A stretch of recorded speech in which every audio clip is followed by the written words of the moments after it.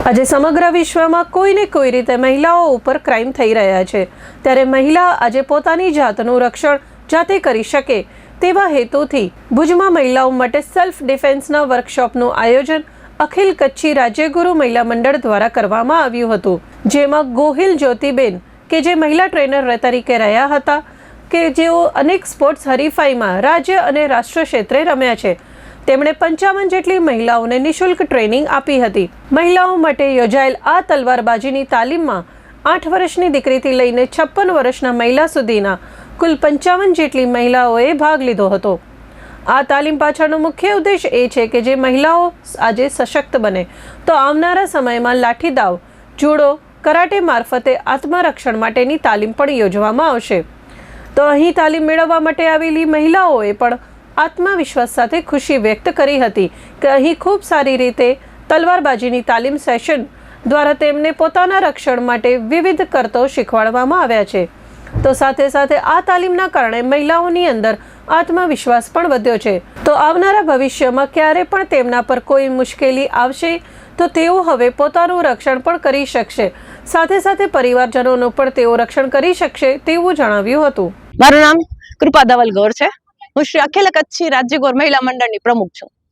ઘણા સમયથી ઘણા વર્ષોથી વિવિધ પ્રોજેક્ટો કરીએ છીએ, પણ અત્યારે છેલ્લા ભારતના તમામ ન્યૂઝ ચેનલો ઉપર અને આમ જોવા જોઈએ તો દરેકના મોબાઈલની રીલોમાં પણ ક્યાંક ને ક્યાંક તો કોઈક ને કોઈક ક્રાઇમ દિવસમાં એકવાર સાંભળવા મળે છે।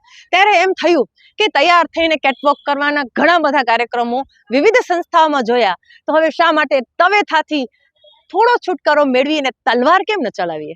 કારણ કે આજે જ્યારે કોઈ ક્રાઇમ બનતું હોય છે ને ત્યારે નથી મોબાઈલ કામ આવતું કે નથી ત્યારે હાથ વગા કોઈ પણ સાધનો હોતા કામ આવે છે, જ્યારે ફક્ત અંદર રહેલી એક શક્તિ। ત્યારે એવું વિચાર્યું અને એક ટહેલ આખા ભુજના તમામ મહિલા મંડળોને મૂકી અને હું તમામ ન્યૂઝ ચેનલો અને ન્યૂઝ છાપાઓનો આભાર માનીશ કે અમારો એક નાનકડો મેસેજ એમણે વહેતો કર્યો। અને આજે જોઈએ છે કે સોશિયલ મીડિયા ઉપર એક નાનકડી વસ્તુ પર ખૂબ વાયરલ થાય છે અને અમારો એક નાનકડો મેસેજથી આજે 55 થી વધારે, અમારે એમ જ હતું કે અમે 25 થી 30 બહેનો કરી શકીશું, પણ 55 થી વધારે બહેનો આ વર્કશોપની અંદર જોડાઈ અને આશ્ચર્યની વાત એ છે કે નાનકડી 8 વર્ષની દીકરી પણ આજે અમને કહે છે કે દીદી અમને એવું લાગે છે કે હવે અમે પણ ઝાંસીની રાણી છીએ।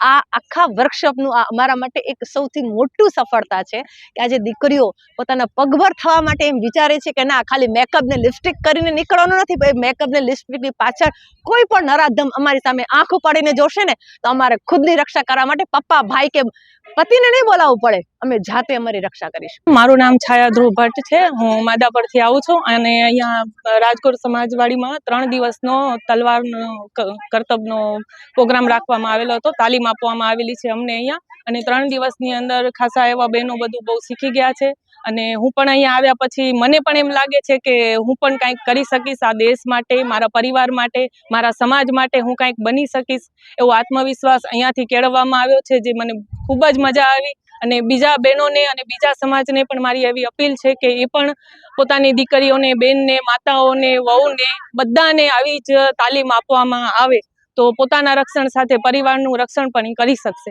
મારું નામ ગોહિલ જ્યોતિ છે। મેં બધું જ શીખ્યું છે।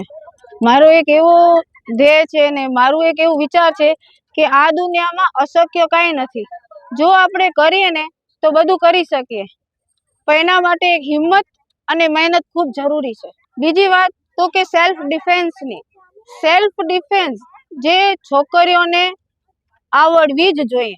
બહારના દેશમાં આપણે જઈએ છીએ તો છોકરીઓ કોઈ નબળી નથી હોતી, પણ આપણા કચ્છ જેવા વિસ્તારમાં અમુક જગ્યાએ ગામડાઓમાં છોકરીઓ બહાર નીકળવા માટે પણ બહુ જ બીતી હોય છે અને એટલું ઓલું હોય છે કે એના સાથે કોઈ પણ બનાવ બની ગયો હશે ને તો પણ એ કોઈને કહેશે નહીં, પણ આપણે એવી છોકરીઓને એક સ્ટ્રોંગનેસ બતાડવું છે અને એ લોકોને એક હિંમત આપી છે કે આ દુનિયામાં કોઈ પણ નબળું નથી, જે છે એ માઇન્ડથી છે। જો આપણે માઇન્ડથી સ્ટ્રોંગ બનશું અને આપણે એમ ઈચ્છશું ને કે આ થઈ જ જશે તો એ સક્ષમ થઈ જ જશે। આજે આપણે તલવાર ઉપાડવી એ કઈ નાની વસ્તુ નથી। તલવાર ઉપાડ્યા પછીનો જે જોશ આપણામાં આવી જાય એ ઓટોમેટિકલી આપણામાં આવી જાય છે અને તલવાર જેને કોઈ દિવસ નથી ચલાવી એ લોકોએ આજે એટલી સરસ તલવાર ચલાવી છે કે એ હવે એમ જ કહેશે કે મને તો તલવાર ચલાવતા આવડે છે। પણ એના પછી એનામાં એવી તો શક્તિ પણ એવી આવી જશે કે જેના દ્વારા એ પોતાની જે નબળાઈ છે ને એ 50% દૂર થઈ ગઈ હશે. એટલે એ સક્ષમ છે હવે કે ગમે ત્યાં જશે તો એને કોઈની જરૂર પડશે નહીં, એટલી પોતાની રીતે મજબૂત બની જશે.